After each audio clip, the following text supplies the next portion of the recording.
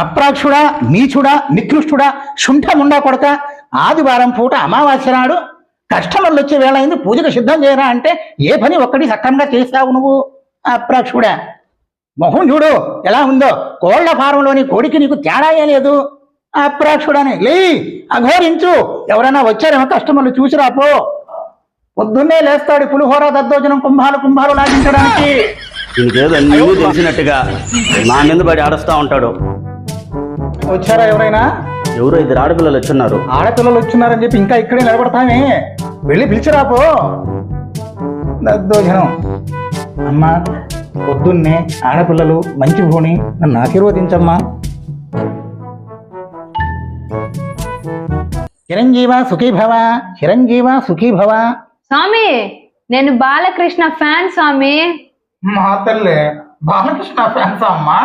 బాలకృష్ణ సుఖీభవ, బాలకృష్ణ సుఖీభవ. ఎంతకీ తమరి సమస్య ఏంటో? నేను ఎట్టైనా పాస్ అయిపోవాలి స్వామి. అమరమ్మా, నేను ఫస్ట్ క్లాస్ లో పాస్ అవ్వాలి స్వామి. సరేనమ్మా, బాగా శ్రద్ధగా చదివితే పాస్ అవుతారు కదా. ఫస్ట్ క్లాస్ లోనూ పాస్ అవుతారు, డిస్టెన్స్ లోనూ పాస్ అవుతారు. చదివే పని అయితే మీ దగ్గరికి ఎందుకు సామ్యం రావడం? మీరేదో తాయి తెస్తారంట కదా, అది వేసుకుంటూ పాస్ అయిపోతాం. అట్టయితే తమరు చదివి ఎగ్జామ్ రాసి పాస్ అయ్యే బాపతి కాదన్నమాట.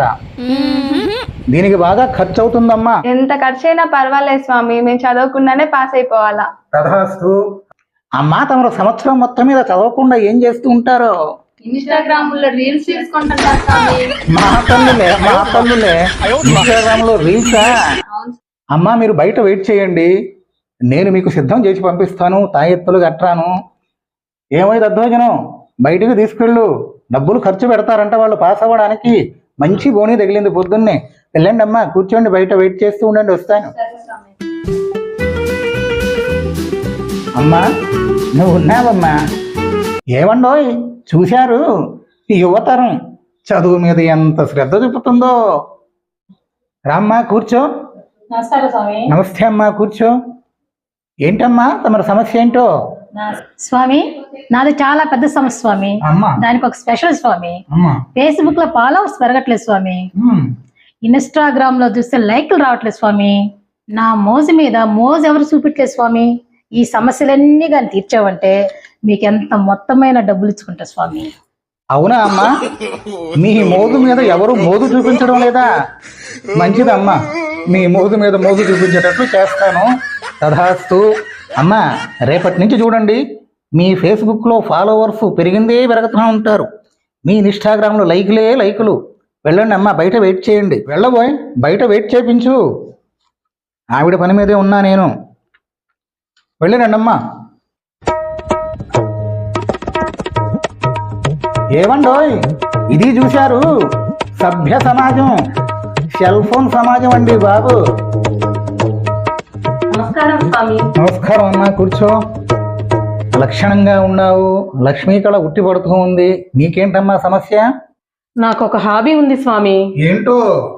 వజ్రాలను పరిశోధన చేస్తూ ఉంటాను స్వామి. అయితే సమస్య ఏంటమ్మా? నాకు ఇప్పటి వరకు ఎన్నో రకాల వజ్రాలు దొరికాయి స్వామి, కానీ కోహినూరు వజ్రం దొరకలేదు స్వామి. కోహినూరు వజ్రమా?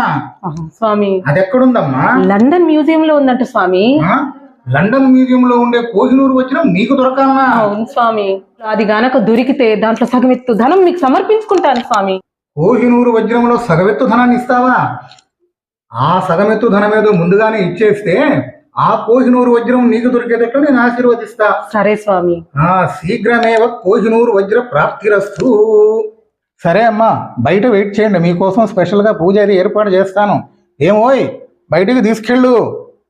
సరే స్వామి. అలాగేనమ్మా. ఏమండోయ్, ఇది కాదు అసలు వినాల్సిన విషయం. కోహినూరు వజ్రం కావాలంటే ఈవిడికి లండన్లో ఎక్కడో ఉండేటువంటి కోహినూరు వజ్రం. ఈవిడ గనక ఆ షాజహాన్ హయాంలో గుర్తుంటేనా స్వయంగా ఈవిడే ఆ షాజహాన్. ఎందుకులేండి, నా నోటితో నేను చెప్పకూడదు.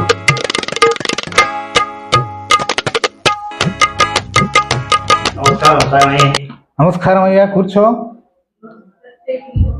ఏంటో సమస్య? స్వామి, నేను వ్యాపారస్తుణ్ణి. ఇప్పటి వరకు ఏది పట్టుకున్నా 3 పువ్వులు 6 కాయలుగా జరుగుతుంది స్వామి. అర్థమైందిలే నాయన, ఇప్పుడైతే 6 పూలు 3 కాయలుగా మారింది అన్నమాట. అవును స్వామి. సరే నాయనా, ముందుగా మూట తీసి కింద పెట్టు. స్వామి అలాగే స్వామి. ఏముంది నాయనా మూటలో? బంగారు బిస్కెట్లు స్వామి. బంగారు బిస్కెట్లా? నేను చేసేది బంగారు బిస్కెట్ వ్యాపారమే స్వామి. అవునా? అయితే నీ సమస్య ఏంది నాయనా? నాకు డబ్బులు చాలా అవసరం స్వామి. దీంట్లో 2 కోట్ల రూపాయల విలువ చేసే బంగారు బిస్కెట్లు ఉన్నాయి స్వామి. దీన్ని ఎవరికి అమ్మదామని చూసినా ₹1,00,00,000 అడుగుతున్నారు స్వామి. దీన్ని ఎవరైనా 2 కోట్లు కొనుక్కునేలా ఆశీర్వదించండి స్వామి. తథాస్తు నాయనా. తమది ఇంతకీ ఏ ఊరో? పూలపాలెం స్వామి. పూలపాలెం అంటేనే నిజాయితీకి మారు పేరు స్వామి. ఒక్క 5 నిమిషాలు ఇక్కడే వెయిట్ చేయి నాయనా. బయటికి వెళ్ళొద్దాంపా. 5 నిమిషాలు ఇప్పుడే వస్తాను నాయనా. అమ్మయ్యా. పూలపాలెం అంటున్నాడు, 2 కోట్ల విలువ చేసే బంగారం ఉందంటున్నాడు. నమ్మొచ్చంటావారా? పల్లురుగా స్వామి. నమ్మొచ్చు స్వామి, నిజాయితీలు.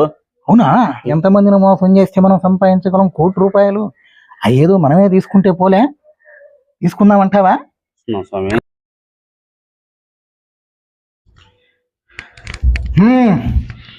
ఏమయ్యా, నీవు చాలా అదృష్టవంతుడివి స్వామి. నువ్వు ఈ బంగారును అక్కడో ఇక్కడో ఎక్కడో అమ్ముకోని అవసరంలే స్వామి. మా దద్దోజనం గారితో మాట్లాడాను. ఆ డబ్బేదో మనమే ఇస్తే పోలేదా బంగారం తీసుకొని అని అన్నాడు.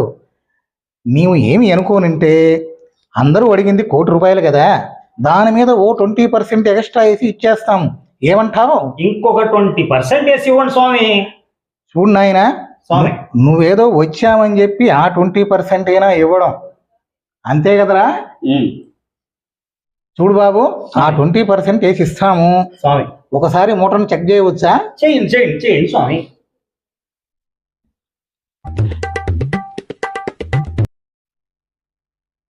చూడు నాయనా స్వామి. 10 నిమిషాలు ఇక్కడే వెయిట్ చెయ్యి. అలాగే స్వామి. మా వాడు డబ్బులు తీసుకొని ఇస్తాడు. అలాగే స్వామి. మెదవా, పోయి డబ్బులు రెడీ చేయిపో. ₹1,20,00,000. తమరు కాస్త అక్కడ వెయిట్ చేయండి, బయట వెయిట్ చేయండి, మా వాడు డబ్బులు పంపిస్తాడు. అలాగే స్వామి.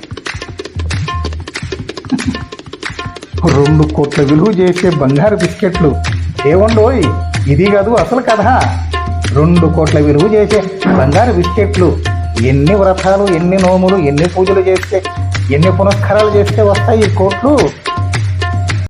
స్వామి ఆయన డబ్బులు ఇచ్చి పంపించేసాను స్వామి. 1,20,00,000 ఇచ్చి పంపించేసాను. మొత్తం 1,20,00,000 ఇచ్చేసావా? ఇచ్చేసాను స్వామి. ఇదో ఈ బంగారు మూట తీసుకెళ్ళి వాడు ఉన్నాడు కదా మన కాసిం, వాడి దగ్గరికి తీసుకెళ్ళు. లక్షణంగా డబ్బులు తీసుకోరా. ఏమోయ్, బంగారాన్ని డబ్బులు తీసుకొచ్చావా? లేదు స్వామి, నకిలీ బంగారం స్వామి. నకిలీ బంగారం? అమ్మో, ₹1,20,00,000. ఎన్ని సంవత్సరాలు జనాల్ని మోసం చేసి సంపాదించిన డబ్బులన్నీ ఒక్కసారిగా పోయాయి కదరా. అమ్మా నువ్వు ఉన్నావమ్మా, ఇట్లాంటి దొంగ స్వాములకి సరైన గుణపాఠం చెప్పావమ్మా నువ్వు. జనాలు దురాశాపరులైనంత కాలం ఇలాంటి దొంగ స్వాములు పుట్టగొడుగుల్లాగా పుట్టుకొని వస్తూనే ఉంటారు. అందుకే దురాశకు పోకండి, మూఢనమ్మకాల్ని నమ్మకండి, ఇలాంటి దొంగ స్వాముల్ని అసలే నమ్మకండి.